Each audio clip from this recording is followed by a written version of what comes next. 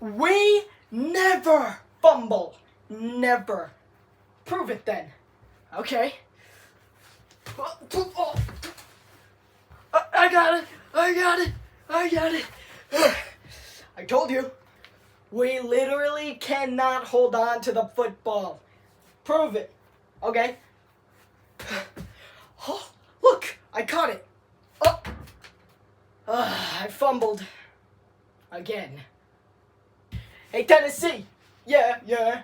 Oh, I can't believe that Osquare didn't pick us after he clearly stated in the last video that he would pick us for this analytically speaking video. Well, who did he pick? He picked Green Bay and Minnesota. Why would he do that? I mean, we're obviously the better choice. There's no reason on why he wouldn't pick us. Alright, so who do you think, why do you think Minnesota and Green Bay are better than us? Yeah, why do you think they're better than us? This is why. TJ, go down, TJ, go down. You hurt your knee. What? No, I didn't. Yes, you did. Yeah, I hurt my knee. Oh, ow, my knee. I hurt it so bad. Help. Somebody, anybody, help. I am physically incapable of feeling love.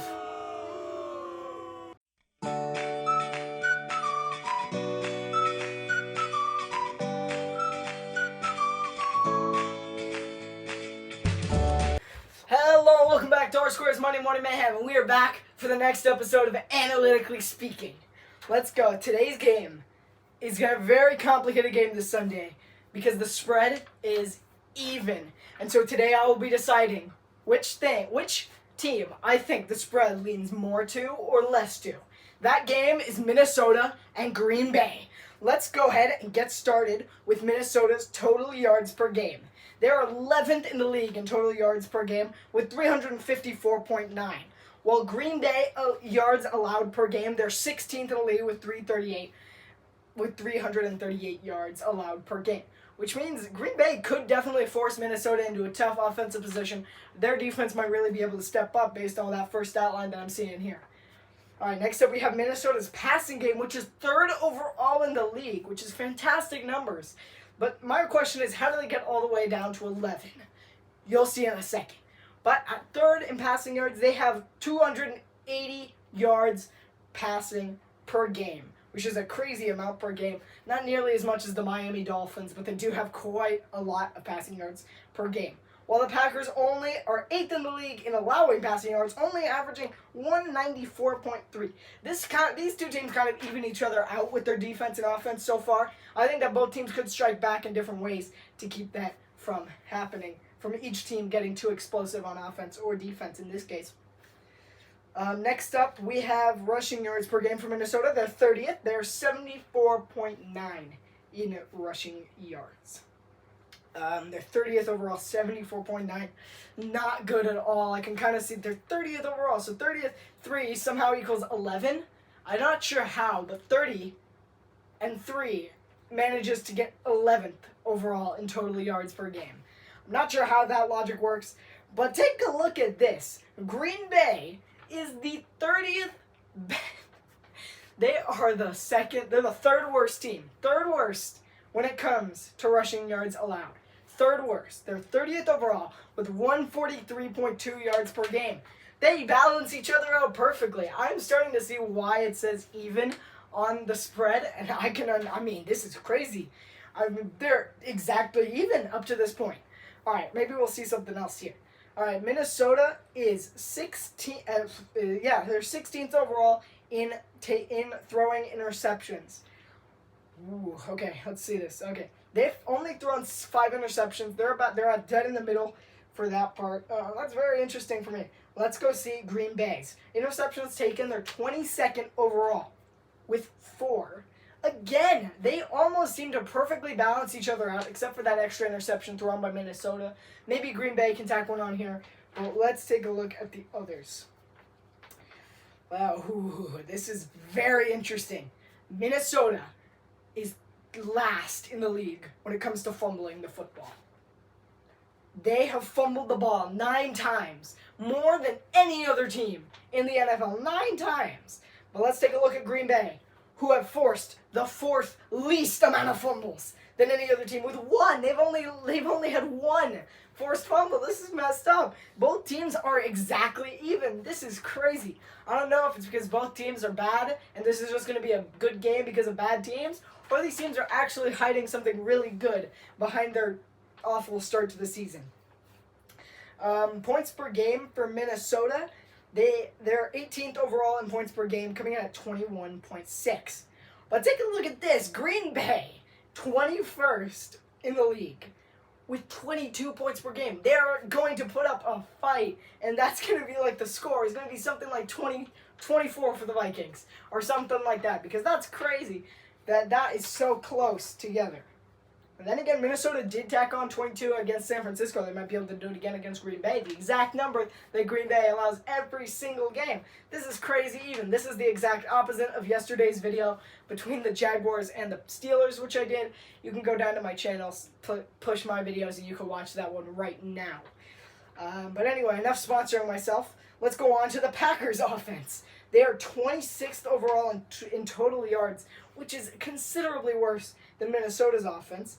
They have 289.8 total yards per game. Minnesota is 15th in a league full of bad defenses. Only the top 10 there are really elite. But other than that, the league isn't really full of those stud defenses that they have been in the past. And they allow 330.3 yards per game, giving Jordan Love and the Packers a lot of running room in this one. They have plenty of room to throw the ball all over Minnesota based on those statistics. I think Green Bay could be able to pull out a couple passing touchdowns in this one. Really get those rookie goings. They're a very talented team with Wicks, Reed, and Love. First-time starters in both of those guys. I think they can pull on a show. I haven't really seen as much as I need to from Romeo Dobbs, even though it's not spelled Dobbs, it's Romeo Dobbs. I haven't really seen enough out of him or Christian Watson to open up the year, and I think they really need to step up their game if they're going to be able to do that. Passing yards per game for Green Bay, they rank 23rd overall with 199.8, while Minnesota ranks 18th in allowing passing yards at 224.7. So they can definitely pass all over them in that sense as well. I know I was talking about the whole passing yards things, but I actually got the numbers mixed up. That's my fault. It's my writing. But I was talking about total yards allowed. They do have some running room in the points allowed, as well as in the passing yards. So far, I'm leaning towards Green Bay on offense, then Minnesota on defense. Rushing yards per game is 24th for Green Bay, averaging only 90.8, which is better than Minnesota, but it's still not ideal if you're Green Bay. You got three running backs that can all put up that all have some pretty fight in them. Aaron Jones is amazing out of the backfield. Aaron Dillon's a power rusher that's had success in the past. And Emmanuel Wilson actually has some good speed on him. Maybe if they just hand the ball off to him a couple more times, he might be able to get free for a touchdown. See some little rookie magic happening there. Minnesota is 15th in rushing allowance with 105.6, which means they still have a little bit of leeway in that sense in being able to run the ball a little more against Minnesota than maybe their other opponents this season. Even though the Packers' schedule has been pretty lightweight, and yet somehow they still 2-4 with a pretty bad record for them. Not really great for them at all. But, however, this is one thing that this team excels in. Fumbles. There was a little bit of something at the beginning of the video which kind of clued this on. Minnesota was last in the league with fumbles. They had 9 fumbles that they lost throughout the first 7 weeks of the season. Green Bay cannot, I repeat, cannot fumble the ball. They are 0 fumbles through 7 weeks, which is an incredible stat number. I've never seen anyone hit it through halfway through the season. So if they can keep going through week 8 with that 0 fumbles mark, I will be super impressed with Green Bay's ball security. If nothing else, at least they can know how to hold on to the ball. Well, on the other hand, fumbles forced for Minnesota. They're 16th in the league, dead center again. They've only forced 4 fumbles, however. I'm again leaning towards Green Bay on this offensive side. On the forced fumbles, I think Green Bay can keep that from happening. Let's go down to interceptions. Green Bay is 25th in the league with interceptions. Jordan Love's thrown 7 so far this season. That is a pretty sketchy number. He's thrown just as many as some other good quarterbacks out there. Jalen Hurts, Tua Tagovailoa. They've both thrown that many interceptions. It can definitely use some improvement at throwing the ball more accurately for Jordan Love. He's not a super accurate passer, but he could use some work on that. Always could use some work on that accuracy if you're a Green Bay fan. Interceptions that were taken away from the other team. For Minnesota, they're 17th ranked. Again, dead center in terms of defense. They've only taken away 5. I think they might be able to get a 6th one against Green Bay. I think I'm taking Minnesota in the interceptions portion of this. I think Minnesota might be able to get a pick on Green Bay in this one. Meanwhile, the average points per game. This is terrifying. This is terrifying. Watch this. Points per game for Green Bay, 21.7. Points, they rank 17th in the league in points per game. 21.7. Here's the shocking part. Points allowed for Minnesota, they're 20th overall in the league. You know how many points they allow on average per game? 21.7. That's crazy. They allow the exact same amount of points per game, and they score the same amount of points per game. These teams are even. That's my final thought on it. I agree with the line on this one.